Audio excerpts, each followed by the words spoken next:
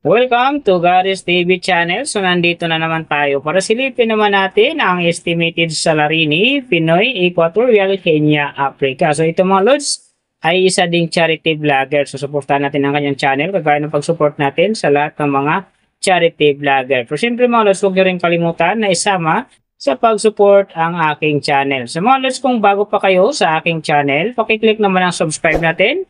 And then, syempre, pakipost na rin ng notification bell para lagi kayong updated sa ating video. So, ano pa ba ang hinihintay natin mga lods? Let's go!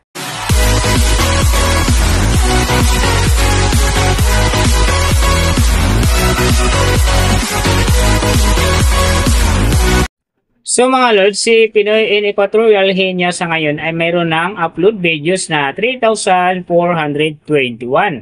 And then, mayroon na rin siyang subscriber na 578,000. So, may video views naman siya ngayon na 307,454,416. And then, yung kanyang country is PH. So, yung channel type naman niya is how to. And then, yung account niya, ginawa ito noong July 24, 2020. So, doon naman sa kanyang total grade, nakakuha siya ng letter B. And then, sa kanyang social blade rank naman nasa 68,838. So, doon naman sa kanyang subscriber rank nasa 1,748. And then, sa kanyang video views rank naman nasa 65,021. So, doon naman sa kanyang country rank nasa 512. And then, sa kanyang how to rank naman nasa 990. So, nakita na natin yung kanyang ranking. Silipin naman natin yung kanyang last 30 days na subscriber. So, nakakuha siya dito ng 34K. Ang kinaganda lang dito mga lods kasi ang kanyang percentage ay umangat ng 1,033.3% ang inangat ng kanyang percentage. So, ibig sabihin, ang ganda ng pasok ng kanyang subscriber ngayon kung i-compare natin sa nakaraan niyang buwan. So, doon naman sa kanyang views mga lods in the last 30 days, nakakuha siya ng 9,328 AM views. So, maganda rin ang kinalabasan kasi ang kanyang percentage naman dito ay umangat ng 14.0%. So, ibig sabihin, maganda rin ang pasok ng kanyang views sa ngayon kung i-compare natin sa nakaraan niyang buwan. So, nakita na natin yung kanyang ranking, last 30 days subscriber, and then yung kanyang views. Silipin naman natin yung kanyang daily summary from subscriber, views, and then yung kanyang earning. So sa kanyang subscriber mga lods, nakikita ko rito yung pinakaluwis na umangat sa kanya is 1K and then yung pinaka-highest is 2K. So noong October 21 hanggang 22 nakakuha siya ng 2K bawat araw. And then pagdating naman dito ng October 27 nakakuha ulit siya ng 2K. So pagdating naman ng October 28 hanggang November 3, nakakuha siya ng 1K bawat araw. Kaya ang kanyang subscriber ngayon nasa 578,000. So doon naman sa kanyang views mga lods, yung magaganda rito, October 21, nakakuha siya ng 455,000. And then pagdating naman dito ng October 24, nakakuha siya ng 414,000. So pagdating naman ng October 27, nakakuha siya ng 934,000. And then yung last na pinakamaganda sa kanya dito mga lods, yung November 1. So nakakuha din siya ng 447,000. So yan ang magagandang views na nakuha niya mga lods. Pero sinasabi ko maganda nga talaga ang kinalabasan na yan kasi nga ang kanyang percentage dyan ay umangat ng 14.0%. So doon naman sa kanyang earning, tingnan natin dito yung October 25. So sa kanyang low estimated, nakakuha siya ng $99. And then, sa kanyang high estimated naman, nakakuha siya ng $1,600. So, ang mga yan naman mga lods, daily summary lang. Mas maganda kung silipin natin yung naka-round off na from daily, weekly, and monthly para malaman na natin kung magkano na ngayon ang estimated salary ni Pinoy in Equatorial Kenya Africa dito sa YouTube.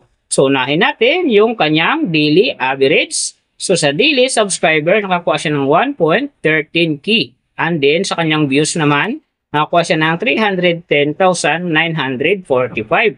So, doon naman sa kanyang daily low estimated ng kanyang earning, nakakuha siya ng $78. So, times natin sa 58, mayroon siyang 4,524.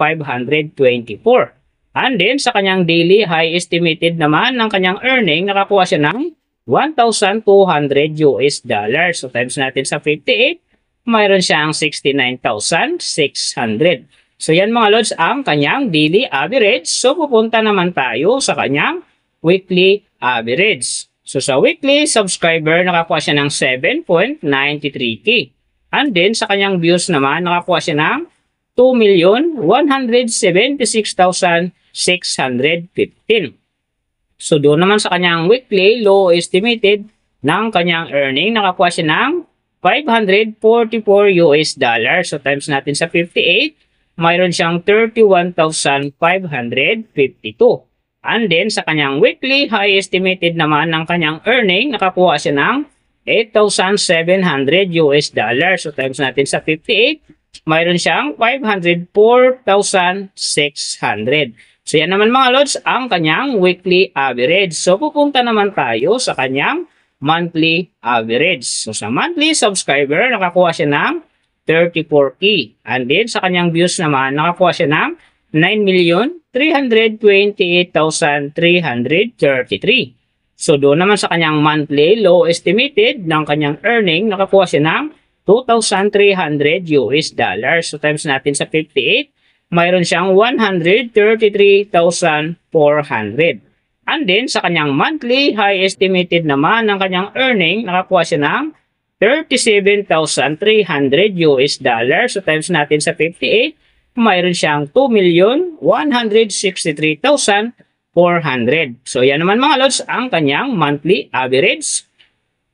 And then yung nababanggit ko rito or nakikita nyo is pawang estimated lamang yan. Nakabase lang tayo sa Social Blade website. Isang public website na kahit sino pwedeng mag-open para malaman kung magkano na ang estimated salary ng ating mga iniidolong YouTuber, vlogger, or influencer. And then mga lods, like ko sinasabi, palaging natutupad dyan yung low estimated kasi nga hindi talaga natin kayang i-demand sa ating mga viewers na huwag mag-skip ng ads. Pero pwede pa rin naman yan maging times 2, times 3, or maging times 4 pa yan kapag ang isang vlogger nakapag-viral ng kanyang video. Pero simple mga lods, kung supporter ka ni Pinoy in Equatorial Guinea, huwag ka nang mag-skip ng ads dahil bigyan yan sa kanyang channel. At saka simple sa kanyang mga personal na hadikain at saka sa kanyang tinutulungan dahil siya nga ay isa ding charity vlogger. Pero simple mga lods, huwag nyo rin kalimutan na huwag na rin skip ang aking ads dahil big help yan sa aking channel at saka simple sa aking mga personal na hadikain. So mga lods, kung nagustuhan nyo ang video na to, pakiclick naman ang subscribe natin. And then siyempre, pakipost na rin ng notification bell para lagi kayong updated sa ating video. So big thank you sa lahat ng mga sumusuporta sa aking channel. Sa magsusupport pa lang, ingat kayo palagi and God bless. At sana gabayan kayo palagi ng Panginoon sa ginagawa nyo rin araw-araw. At siyempre, magtagumpay din kayo sa inyong mga pangarap. So hanggang dito na lang. See you on my next video.